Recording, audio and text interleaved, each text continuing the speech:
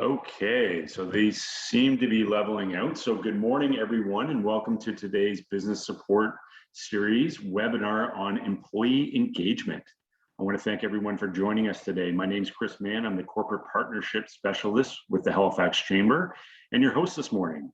So over the last year, we've had to change the way we interact with our coworkers. Impromptu brainstorms turned into scheduled Zoom meetings, and morning coffee chats turned into quick check-in via email. Our guest today is here to tell us about the importance of continued employee engagement and how valuable it is to your team and your organization. Let's learn how to support our teams. Thank you to everyone who submitted questions to our presenter. When we get time for the Q&A, feel free to type any questions in the chat box below. It's my pleasure to introduce our speaker today, Jacqueline Troop Robinson, founder of Spark Engagement. Jacqueline is a co-creator of the only employee engagement lens that reveals the hearts and minds of your people. 20 years of research has created a groundbreaking view of passionate work experiences, including individual profiles that support every employee. So I'm going to pass it along to Jacqueline. Welcome, Jacqueline. Thank you very much for the introduction, Chris, and welcome everyone. Welcome to the superpower of employee engagement. I'm very happy to be with you today, and we have quite a bit of ground to cover. I'm looking forward to the Q&A at the end, so please populate the chat with your questions. That's when all of this comes live. So I'm just going to jump right in, and let's be nostalgic. Remember these days when we could nonchalantly grab a couple of colleagues for a coffee and have an impromptu meeting? Not so much anymore. It tends to be virtually, as Chris was just talking about. So what is it about this 2D world we now live in, and how do we engage workers who are professional, frontline people who are part-time hybrid? How do we engage them in this 2D world? And what's happening to team cohesion? Because that's some of the newest research coming out that is really fascinating. Do we actually need to worry about it? I mean, look how far we are into the pandemic. I think the Delta variant has told us that, yeah, in fact, we do need to worry about it. And some of the stats around this are quite surprising. Over 80% of some professionals, white-collar occupations, are still working remotely. 80% of an entire occupation. It's crazy how high that number is. 25 to 30% of the workforce will be working from home multiple days a week is what the trends are showing.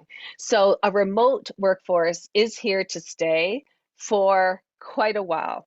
A lot of people are looking at the numbers, and really the hybrid work model seems to be the new approach.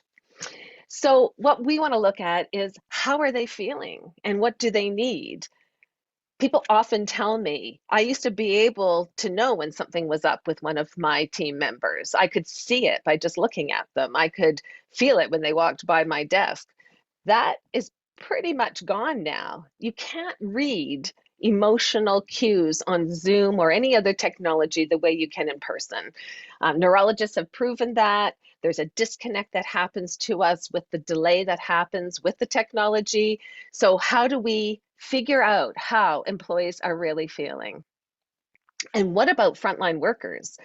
A lot of what we're going to be talking about, of course, is remote workers today, but I want to bring in frontline workers here because engaging them during these difficult times is really, really critical as well. And so what I'm going to be sharing with you today applies equally, whether your workforce is 100% remote or 100% in person or is some kind of hybrid. And this stat might surprise you, because if you Google remote workforce, there's like pages and pages of information on the remote workforce. But I just wanted to remind us all that only 25% of workers are in jobs that can easily be done from home. So yes, it's important to look at that. Yes, it's been a profound shift in our landscape. However, I think it's really important we keep in mind just how many people still have to be in person and out facing with the public or working within teams. Employee engagement. My question is, are we hiding from the truth? The fact is that some people I talk to, more than a few, when times are tough, are really nervous about surveying. They're really nervous about seeing the data around employee engagement. They're just worried it's going to be bad news. But the reality is, it's only bad news if you don't know what to do about it. So, leaders who care want to know so that they can respond thoughtfully. Now, you need a good tool to do that or some good models so you understand how to direct your action. But should you measure employee engagement during a pandemic or any tough time? Could be a time of change, like a merger and acquisition. Answer is absolutely yes, because that data will guide your actions as an owner, as a leader, as a founder. So understanding how your employees feel is critical in tough times. Chris and I were talking before the webinar began, and retention is a really critical issue right now. I speak to a lot of businesses who are having a tough time finding people. So hanging on to the people you have is more important than it has been in a long time. I work with a lot of clients who are trying to recruit professionals, they're trying to recruit managers, they're trying to recruit frontline workers, and they're having a tough time across the board. So what we need, though, is reliable data that really will profile the emotional health of your workforce so that you know what actions you can take to make a difference. The right actions will definitely increase employee engagement, pandemic or not, tough times or not. It's amazing. One of the things I'm going to share with you today is 3 CEOs I work with. I continue to work with them, and their employee engagement scores went up during the pandemic because of how they were handling the tough challenge.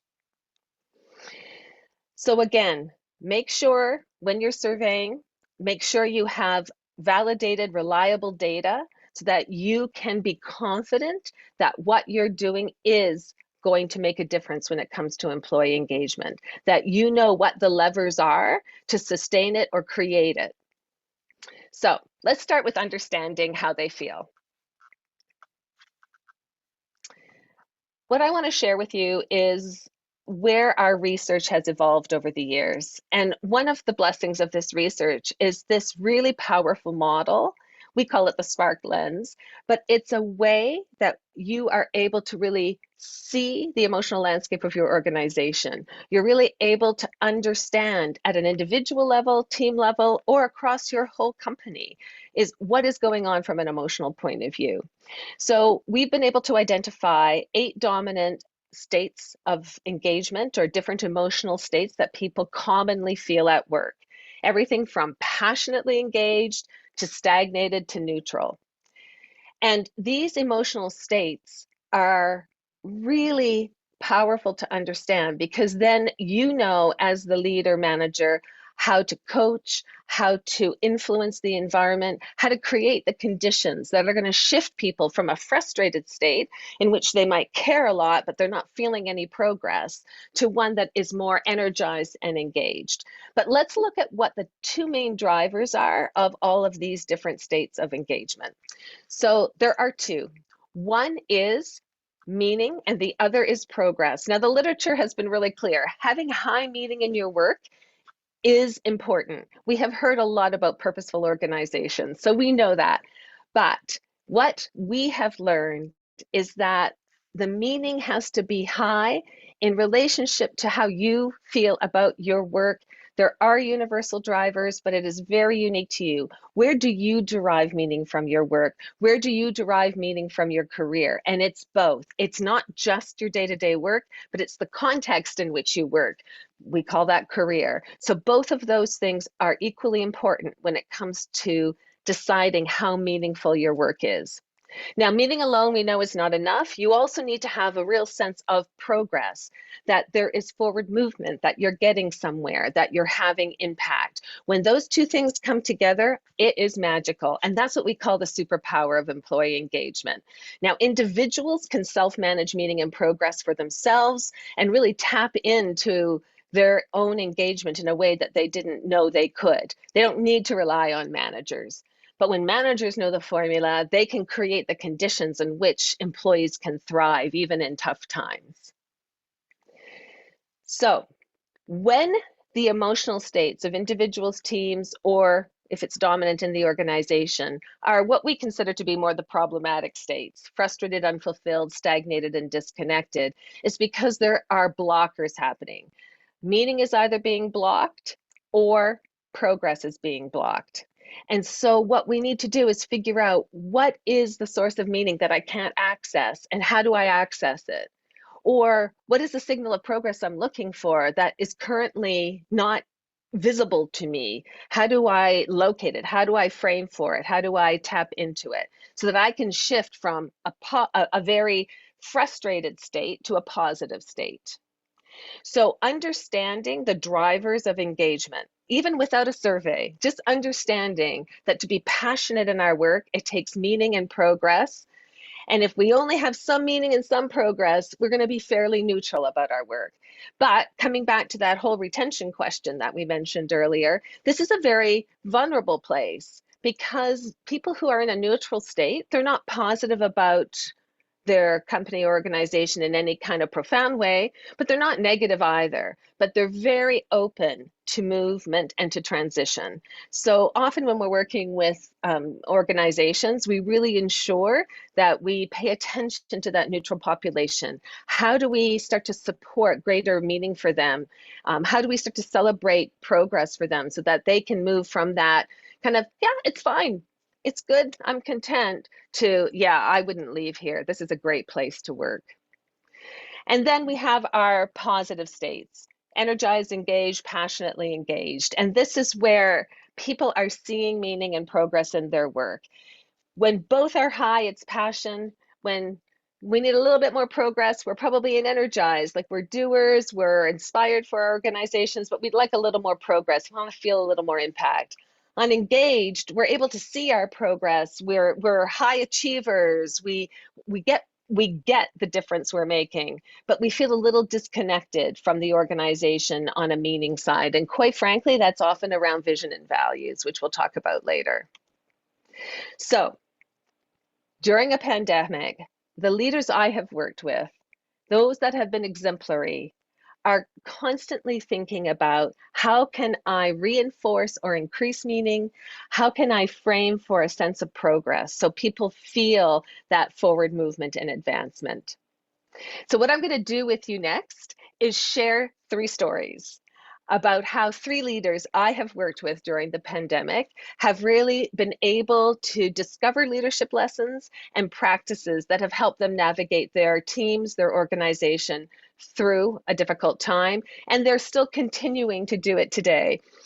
As the pandemic continues, new challenges arise. And so leaders never stop leading through this dynamic time. They're always looking for ways to ensure that employee engagement is maintained, but also tapping in to make sure they understand what employees are actually feeling.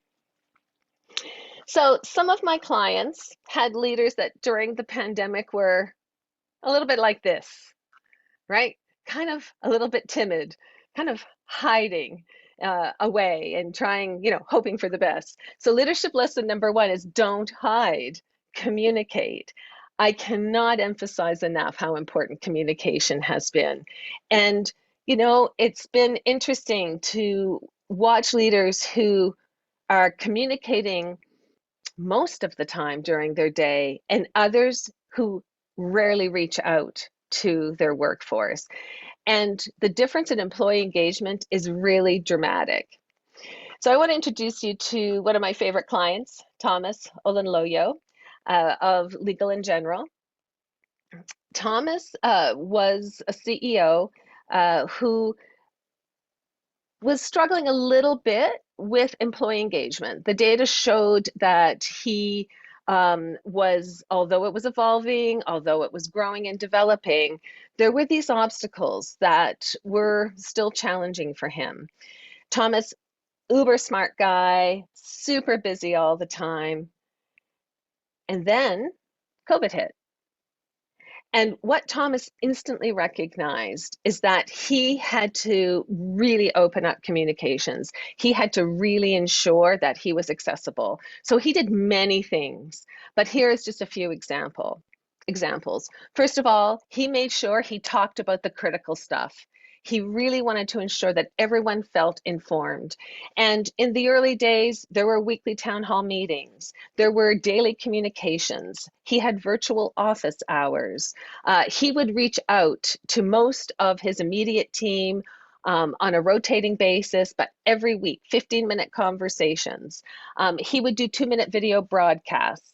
Now, as the pandemic evolved and things settled down, that shifted a little bit, but certain things didn't shift. He maintained those one-on-ones, he maintained virtual office hours, and he ensured that people felt connected. His employee engagement scores during COVID went way up. He had never seen scores that high, and they've continued to be really strong. So we know from our research that two of the critical drivers of employee engagement are top-down communications of change in critical information and also gathering employee input. Those two things are absolutely top of the list when it comes to managing employee engagement. You can't afford to not have time to communicate. Peter Senge was quoted as saying once, 90% of a leader's job is to communicate. And I've really seen evidence of that during the pandemic. Now, here's the other thing about COVID. It does bring an uncertain future. How many people have I heard in the last week or two talk about, we thought we had this, now look what's happening. And I'm speaking to you from New Brunswick because of the crisis that's here. I had to come here to support some people I love. So it is an uncertain future. And as leaders, we can't afford to just push on alone. We really need to ensure that in this time of uncertainty that we bring people with us. So one of the most powerful ways to do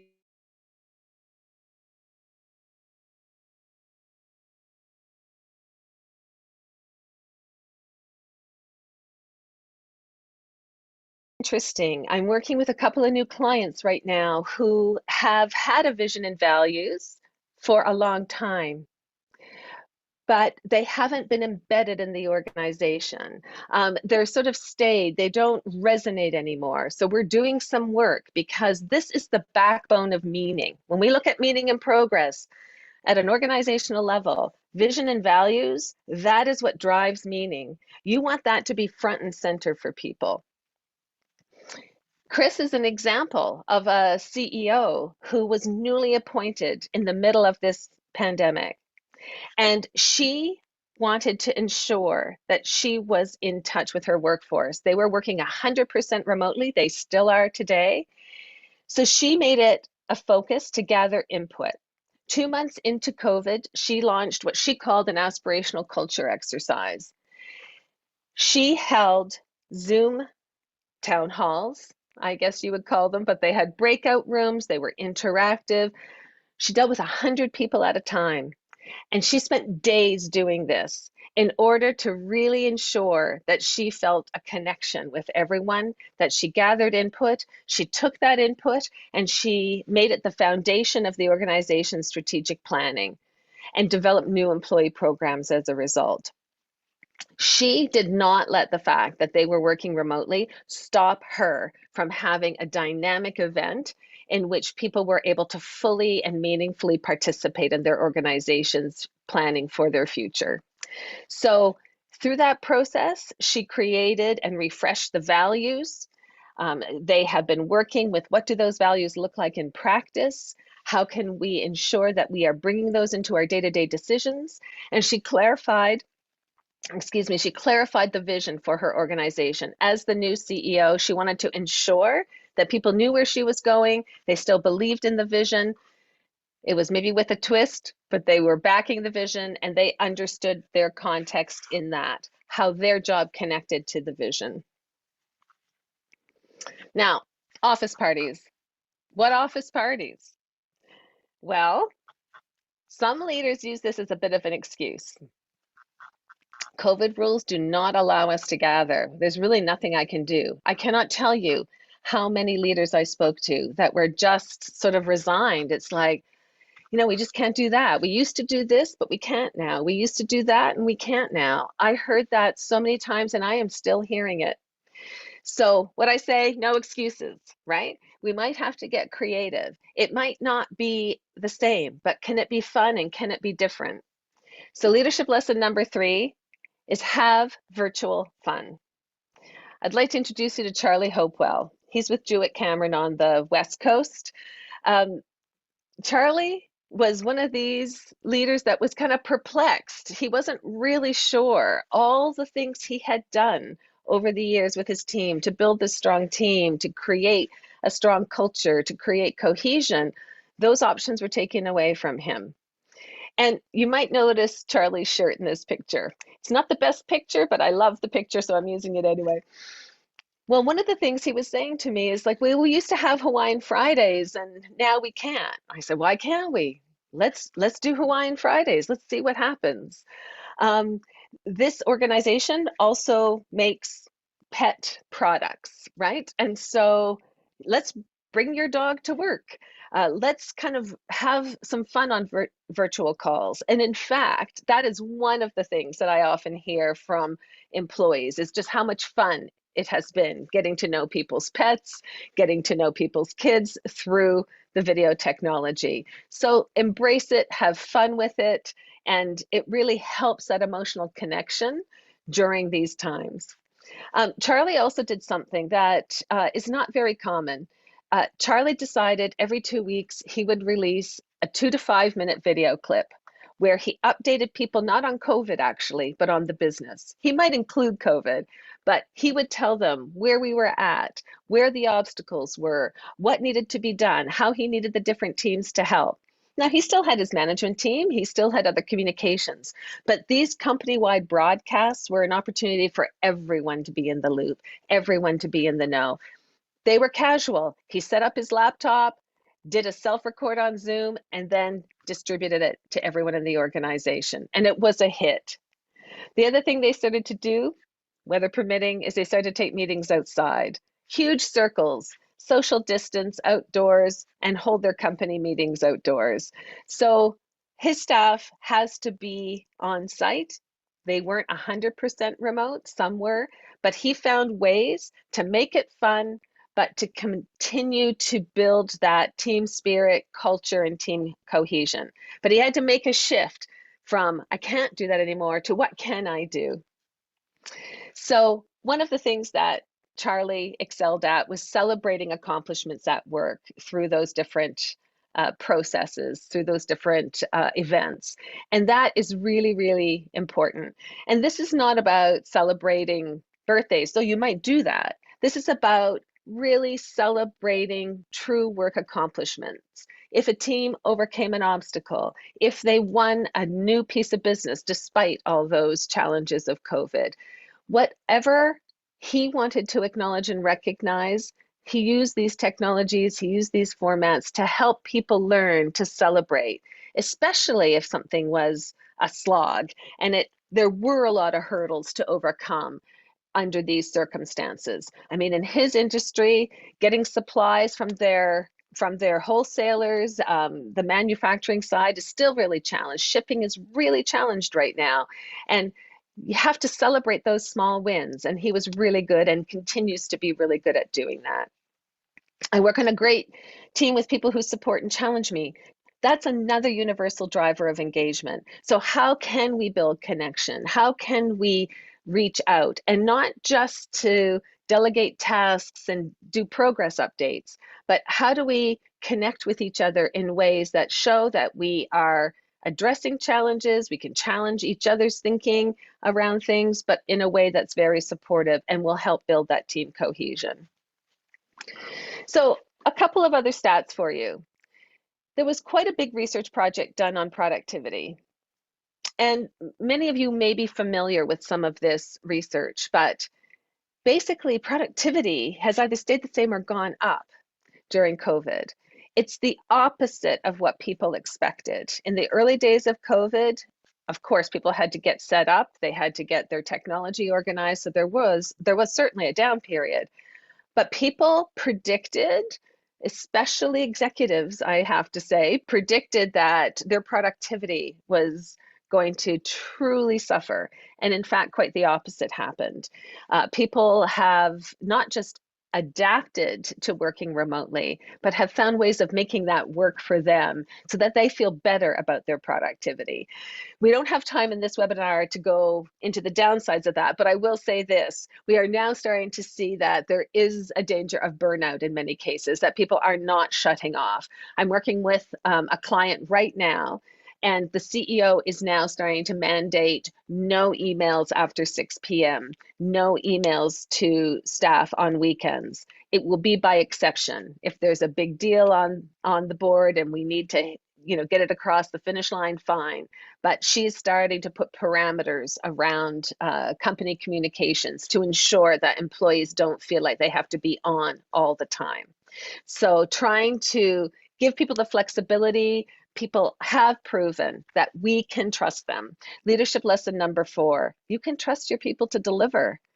And this has been a very deeply embedded bias that people believe, especially at senior levels, that you've got to manage people, you got to stay on top of people if you want to get the most out of them. And the pandemic has just proven that that is simply not true. There's a lot of research coming out on this right now. We've done some of our own, but I read the research as well. And people want to, if we go back to the meaning and progress model, people want to be fulfilled in their work. They want to do meaningful work and they want to make contributions. Those are intrinsic motivators. We don't have to micromanage to get the best out of people. What we have to do is trust them and ensure that they have the skills and knowledge, of course, that they need. But once they do, then we have to create policies that are personnel friendly. We have to ensure that they have the skills and knowledge, and we have to know that people are committed to delivering quality work.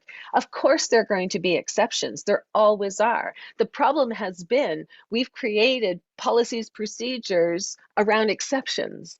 And I think what has been so wonderful about the pandemic in this way is that we see that people don't need that.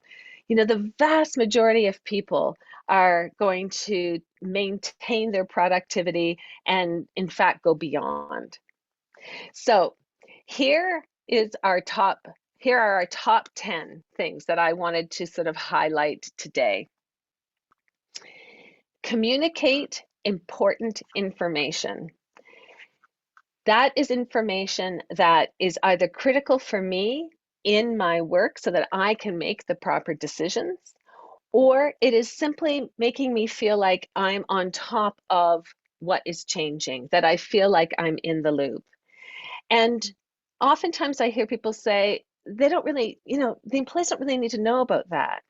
Maybe not technically, but employees want to feel like they have a sense of what's going on. Sure, there are going to be some confidential things, but people, even if you don't have news, Thomas was excellent at this. He might have a 2-minute meeting to say nothing has changed.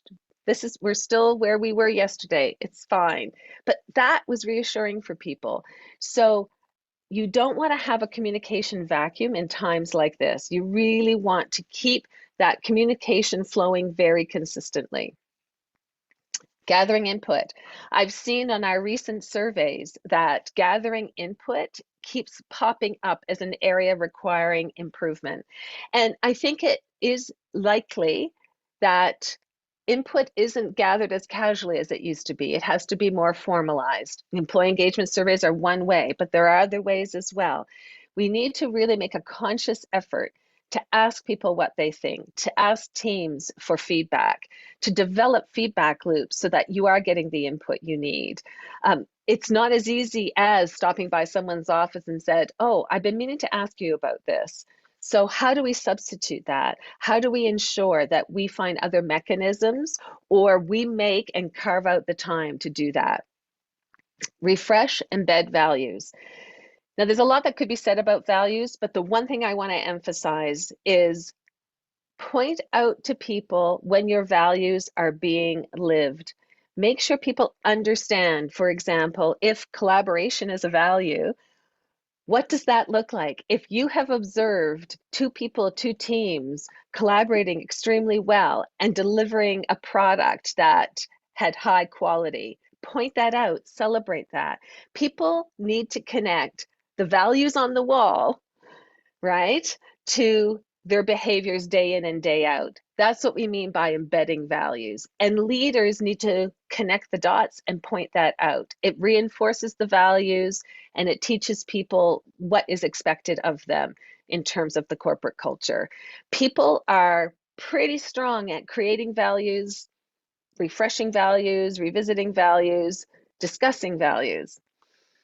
But pointing out how they're lived and what the evidence is for that is really important. Clarify and connect to vision. It's from a progress point of view, as well as meaning, but especially from a progress point of view, I need to know that what I am doing day in and day out supports the vision. It's not hokey. People really need to understand that. So as a leader, you can really make sure that that happens. We saw that a lot in the pandemic. I see it every day now in the environment I'm currently in, where there's COVID and I see the housekeepers emptying the garbage, and I think, wow, you know, they are really helping keep everyone safe and they're at risk themselves. So, really ensure that everyone does understand how they connect to the vision. Celebrate work accomplishments. That is a really important piece that gets missed. Out of all of our 21 engagement drivers, this is the one that scores the lowest. It's the one that people miss. We do not take time to celebrate, and we don't take time to celebrate work accomplishments. I think most people get something done and then they're moving on, right? I've got so much to do. I'm so busy. What's next on my list? And people don't take a moment for themselves, for their teams to go, you know what? That was awesome. That was awesome. That was a tough slog and we got through it. Or maybe it's a small win, but it's a meaningful win. And you want to just sort of pat each other on the back and go, you know what? That's an important step forward for us. We just need to take a moment and reflect on that and celebrate that.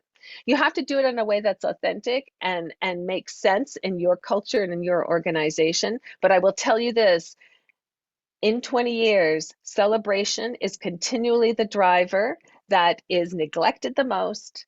And we just did a new research project. Out of our 21 drivers, it's the one that contributes to passion the most. It is the one thing you could do to improve employee engagement more than anything else is celebrate real work achievements, right? Things that are real though.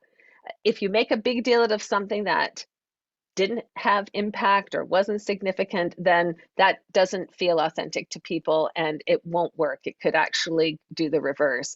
But small work accomplishments that mean something, that are incremental improvements to big wins, really need to be acknowledged. It's the one thing you can do to make a difference. Build great teams. Don't let the fact that you're working virtually stop you from doing team building, stop you from having team meetings where you do talk about team dynamics. You spend some time not on the business agenda, but on talking about how are we doing as we communicate remotely? How are we finding the obstacles to communication? What can we do about it? Put it on the table, make it part of your agenda. Team cohesion will improve if you just talk about it. But what I am finding most of my clients have started to do is everyone turns on the meeting at exactly the time. So there's none of that 10 minutes early to a meeting with your coffee, have a chit chat, right? There's none of that natural team building. So we have to build it into our agendas now.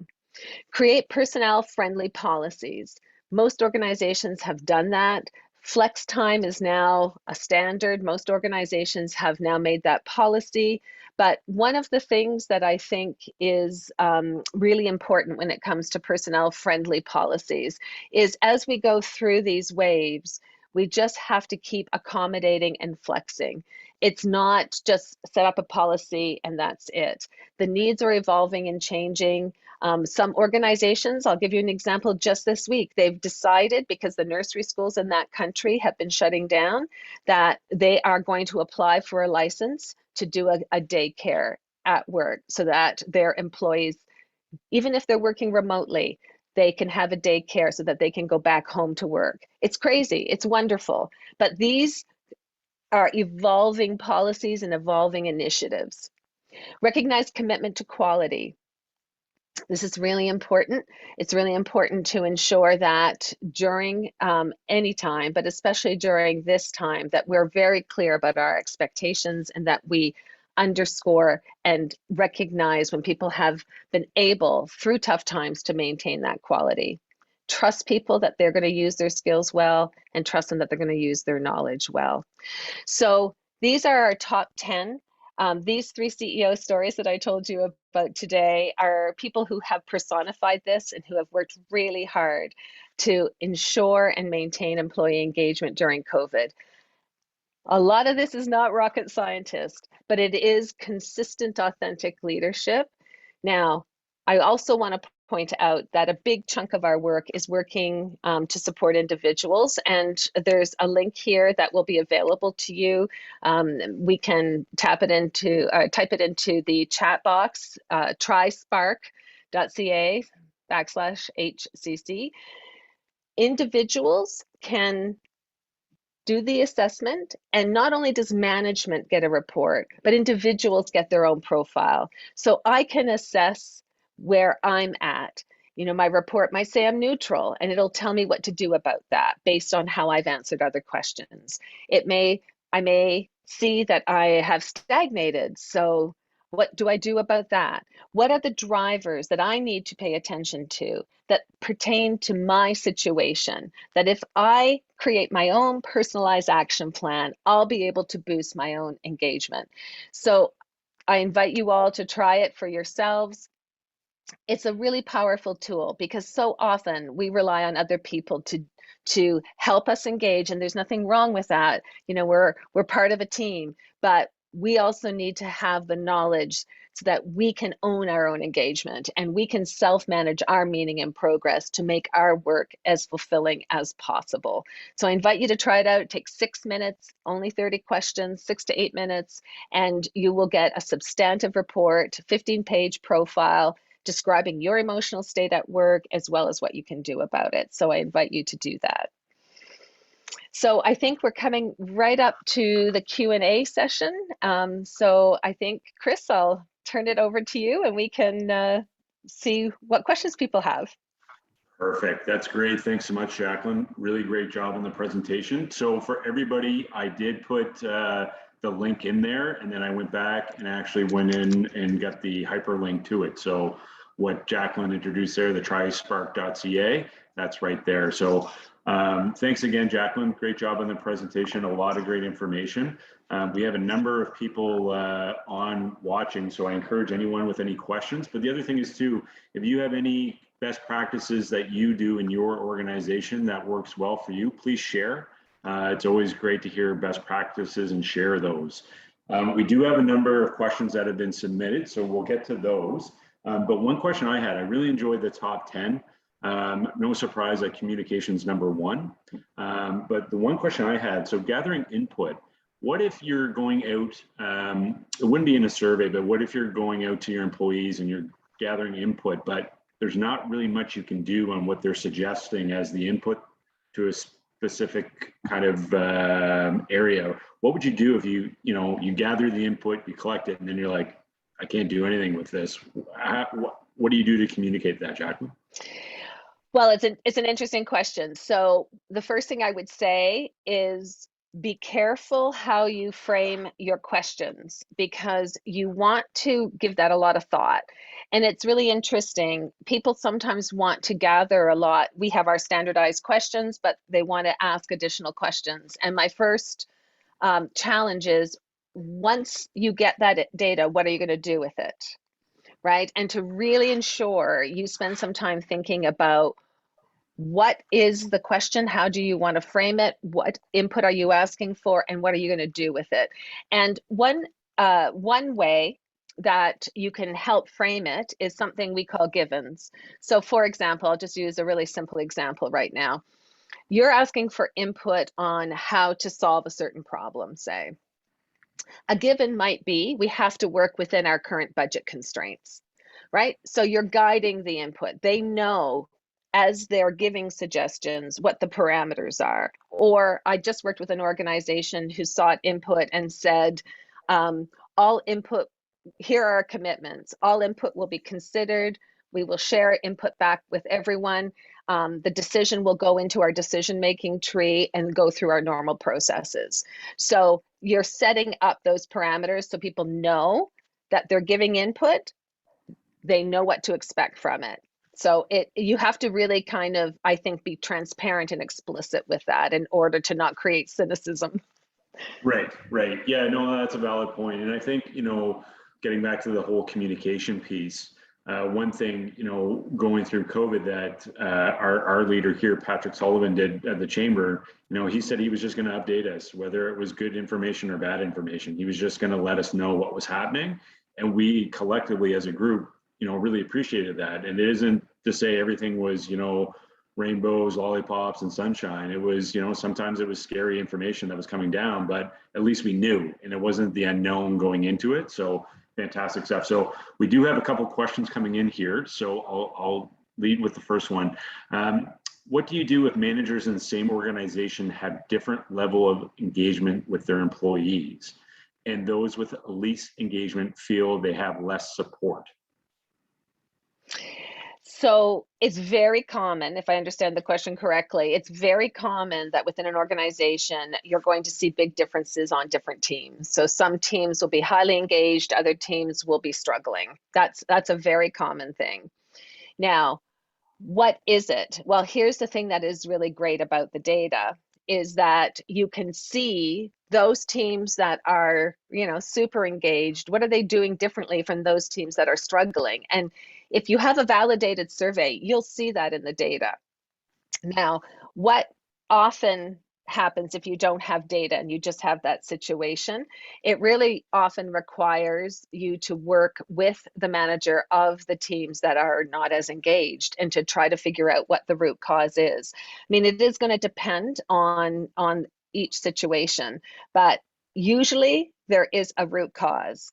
I just worked with a team where they had two managers that their departments had to interact a lot, and behind the scenes they were criticizing each other to each of their teams, right? So once you are able to assess the issue, you can resolve it. But if you don't have the data, you have to do another type of investigation to get to the root cause.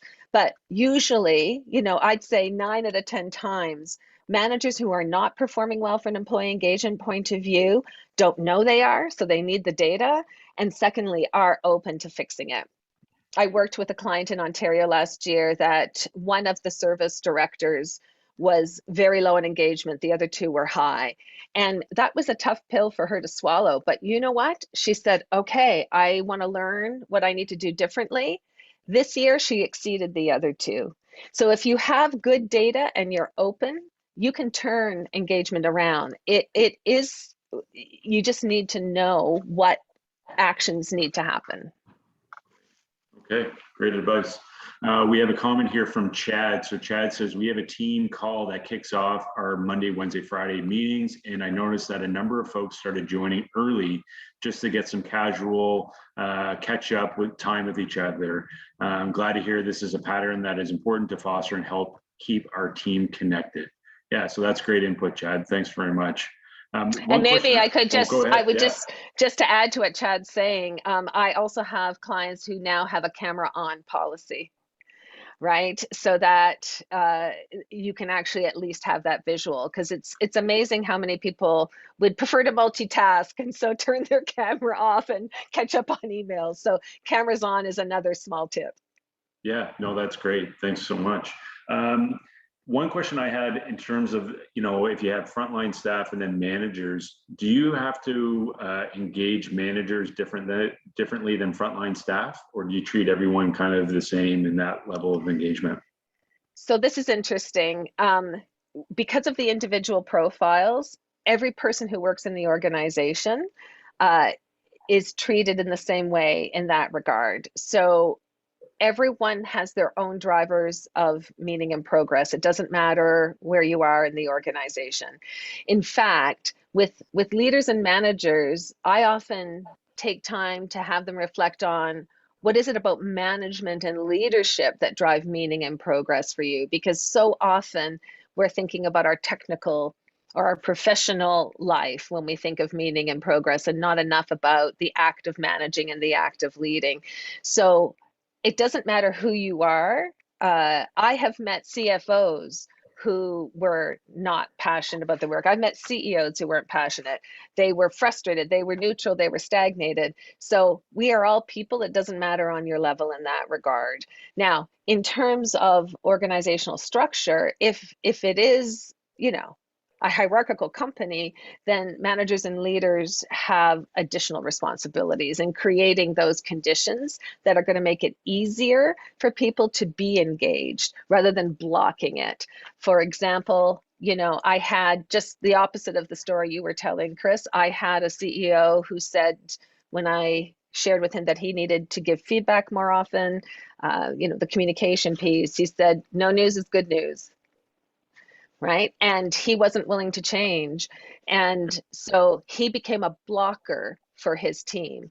Now, he may have a team of people that don't need a lot of feedback and they're not bothered. But if you have people who really value and need feedback, then that type of leader is going to become a big blocker for their team. Okay, yeah, great. A couple questions that have come in here. So if only certain employee successes are celebrated, how can the whole team feel like their work is important? That's a great question. That is a great question. And so celebration is, we have to be thoughtful about it. But let me say this, the first thing we emphasize is each person has to learn how to celebrate their own work accomplishments.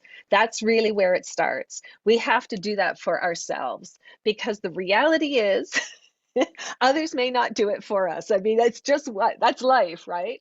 So we teach people and help people understand what for them is worthy of celebration.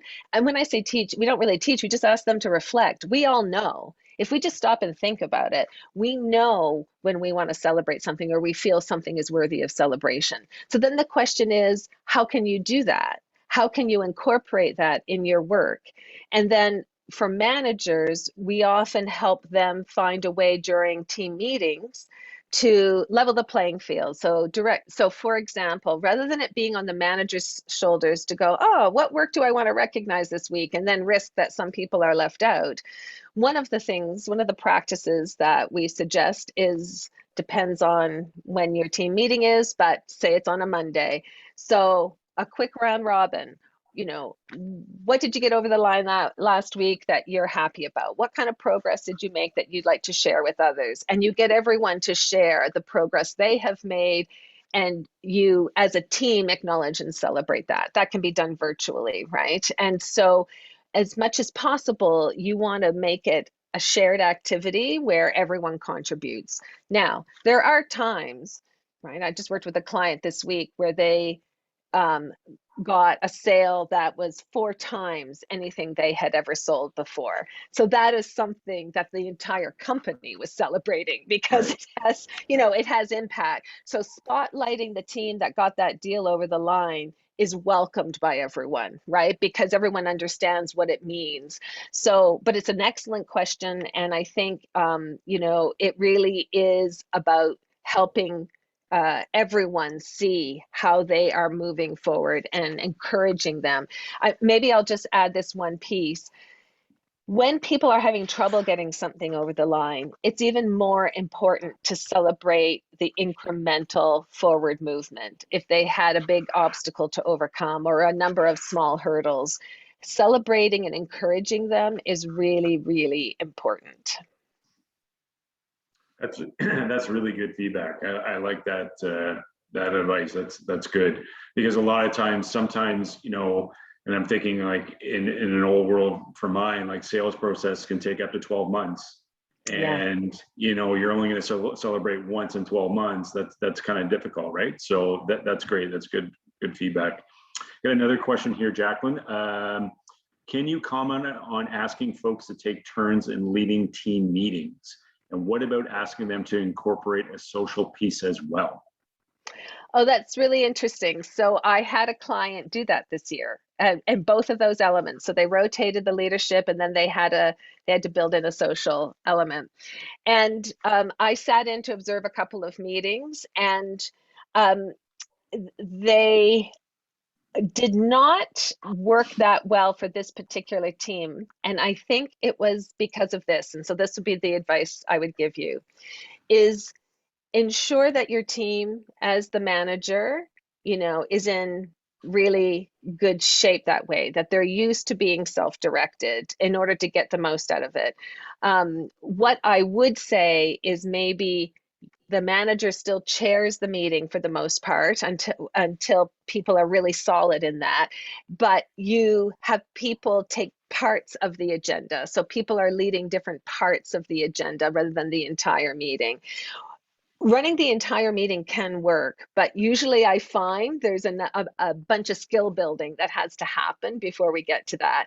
And then the social piece, that part can work really well, but it takes sometimes more preparation than people realize if you're not experienced with it. So, with this team I was working with this year, one person, theirs went off really well, but they had invested a lot of time in organizing that. The other person did it off the top of their head and it bombed. So, I mean, no one really cared. It was a good attempt, but you know Right. what I mean? Like, there's a lot to chairing a meeting. There's a lot to having, especially if you're working virtually. I think it's awesome to do it, but I think you just need to make sure that you take the baby steps so that people can have success once they get there. But it's shared leadership is always a good thing when when people have been skilled up for it.